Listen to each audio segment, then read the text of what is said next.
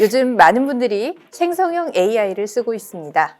챗GPT가 90분 동안 멈춘 적이 있었는데 오늘 생산성이 0이 됐다 같은 반응이 쏟아지고 불안해하는 모습들이 나타났습니다. AI 앞에 있는 지금 여러분의 모습은 어떤가요? 우리가 AI를 쓰는 모습, 여러분의 사연들로 같이 들여다보겠습니다.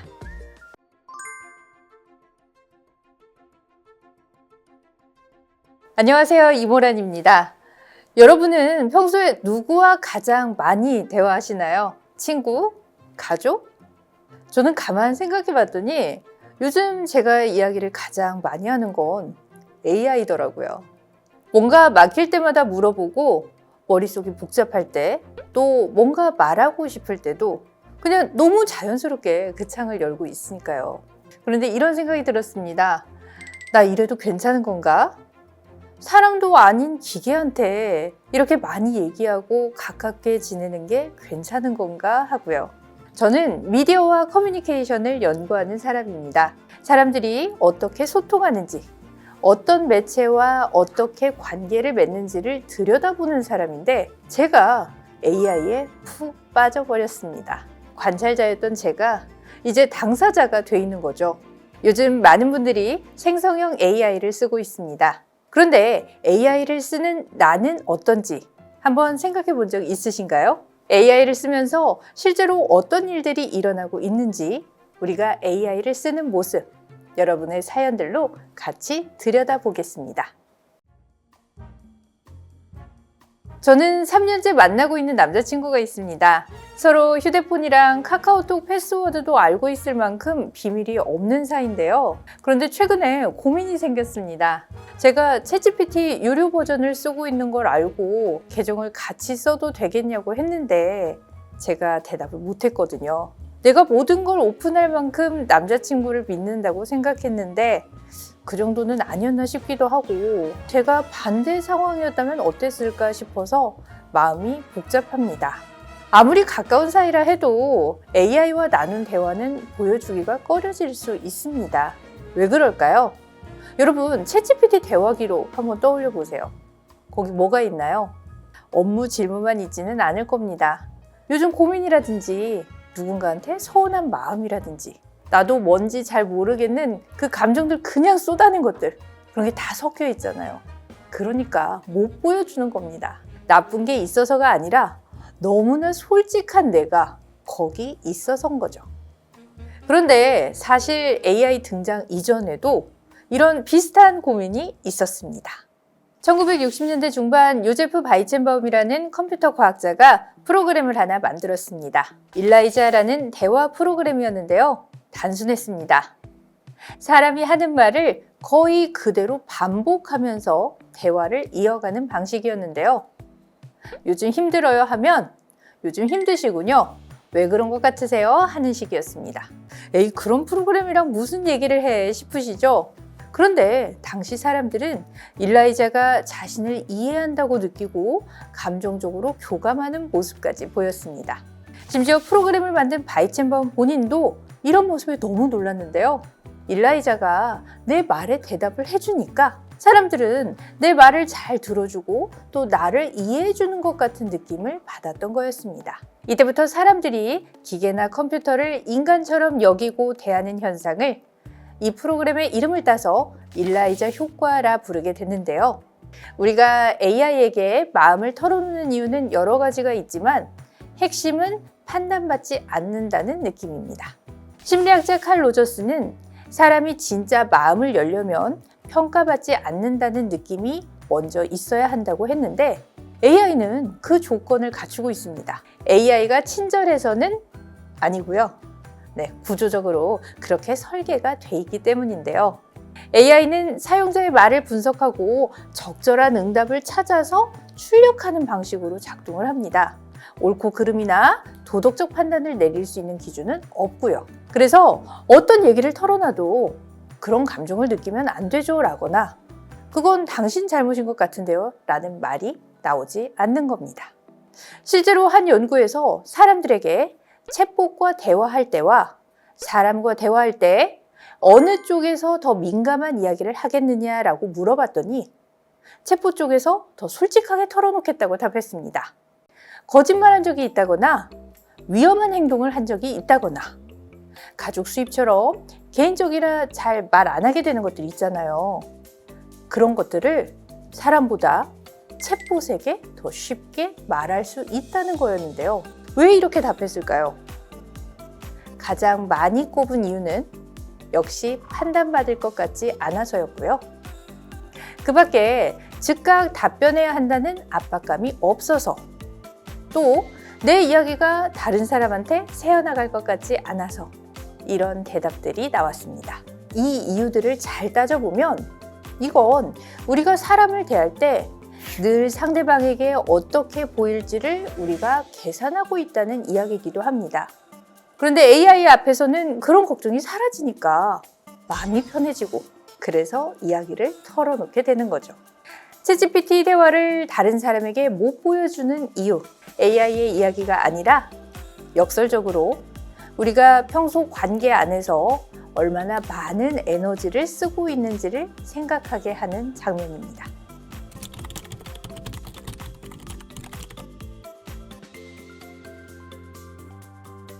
우리가 AI 앞에서 솔직해진다고 했는데 이상하게 AI한테 어떻게 말해야 할지를 신경 쓰기도 하더라고요.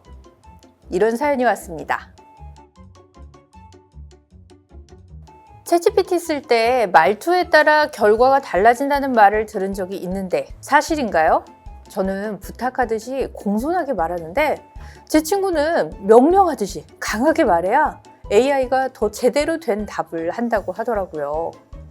그런데 챗GPT를 너무 막대하면 나중에 AI한테 지배당할 때 되돌아온다는 우스갯소리도 있어서 명령조로 하기는 좀 조심스럽던데 어떻게 쓰는 게 좋을까요? AI를 더 잘 쓰는 방법 이야기할 때 나오는 논쟁 중에 하나죠. 공손하게 해야 한다. 아니다. 명령조로 세게 나가야 한다. 자, 이렇게 의견이 갈리는데 뭐가 맞는 말일까요? 결론부터 말씀드리면 공손하게 하든 명령조로 하든 말투 자체가 생성형 AI의 결과 품질을 기술적으로 바꾸지는 않습니다. AI는 우리처럼 감정을 경험하지 않거든요. 입력에 대해서 통계적으로 가장 적절한 출력을 찾는 방식으로 작동을 합니다. 그런데 왜 이런 말들이 퍼진 걸까요? 공손하게 하면 더 잘해준다라는 건 말투의 문제가 아니라 구체성의 문제일 가능성이 큽니다. 공손하게 쓰다 보면 자연스럽게 상황을 더 자세히 설명하게 되거든요. 뭐뭐 해줄 수 있을까요? 제 상황은 이러이러하고요. 처럼요.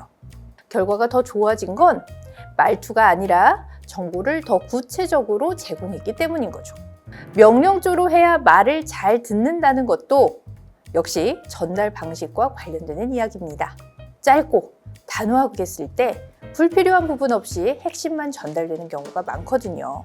결국 예의 바르게 말했든 짧게 말했든 중요한 건 말투가 아니라 내가 원하는 걸 얼마나 잘 전달했느냐입니다.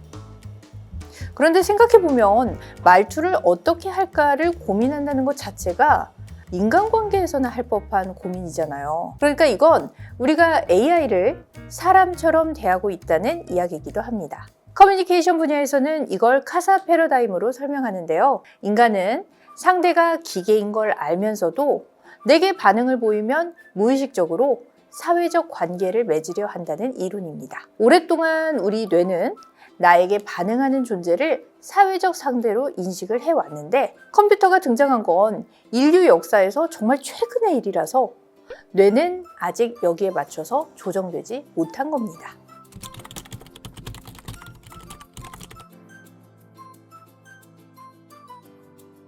다음 사연입니다.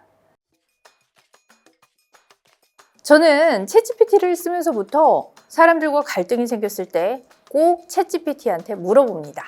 누가 잘못했는지, 어떻게 해결해야 하는지요. 일할 때도 비슷해요. 제가 생각한 게 맞는지, 어떤 부분에서 고쳐야 하는지 챗GPT한테 먼저 물어보고 대답을 들어야 이걸 해도 되겠다라는 확신이 생기는데요. 그러다 보니까 이제 챗GPT한테 물어보지 않고 결정을 내리거나 뭔가를 하기가 어렵습니다. 네, 이 사연 속 분처럼 AI한테 확인받아야 안심이 된다는 분들 생각보다 많습니다.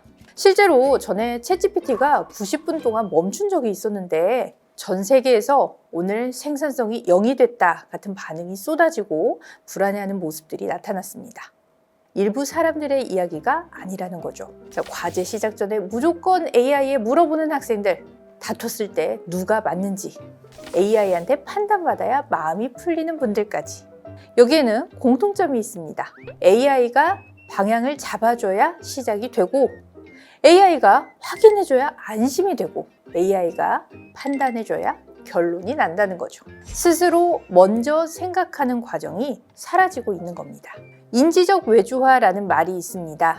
기억하거나 생각해야 할 것들을 외부 도구에 맡기는 현상인데요. 메모장에 적어두거나 달력에 일정을 넣는 것도 사실 인지적 외주화입니다. 그런데 AI가 등장하면서 이제는 단순히 기억뿐 아니라 판단하고 결정하는 과정까지 맡기게 됐습니다. 이런 연구가 있습니다. MIT 연구진이 대학생들을 나눠서 에세이 작성 실험을 진행했습니다.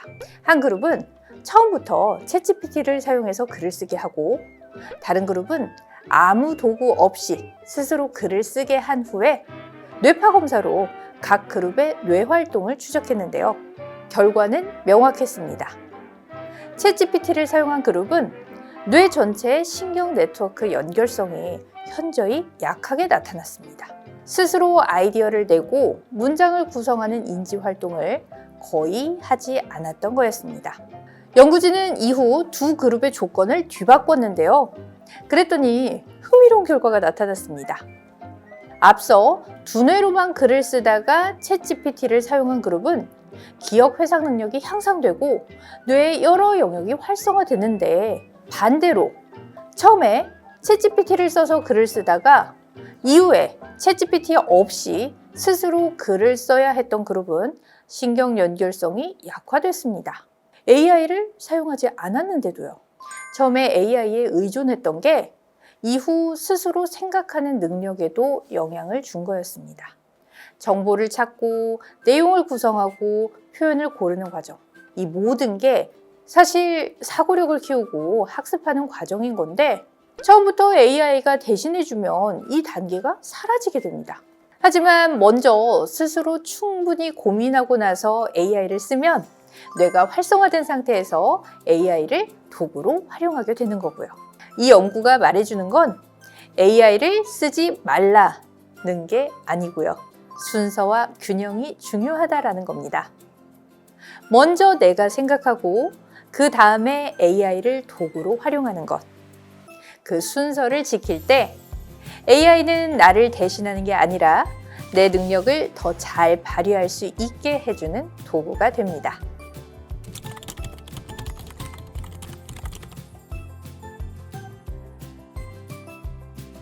AI를 잘 쓰는 건 결국 내가 AI를 어떻게 쓰는지 아는 것에서 시작합니다. 내가 언제 AI에 기대는지, 무엇을 맡기는지를 알아야 거기서 균형을 찾을 수 있을 테니까요. AI 앞에 있는 지금 여러분의 모습은 어떤가요? AI를 잘 쓰는 사람은 도구를 잘 아는 사람이 아니라 AI 앞에서의 자기 자신을 잘 아는 사람이 아닐까요?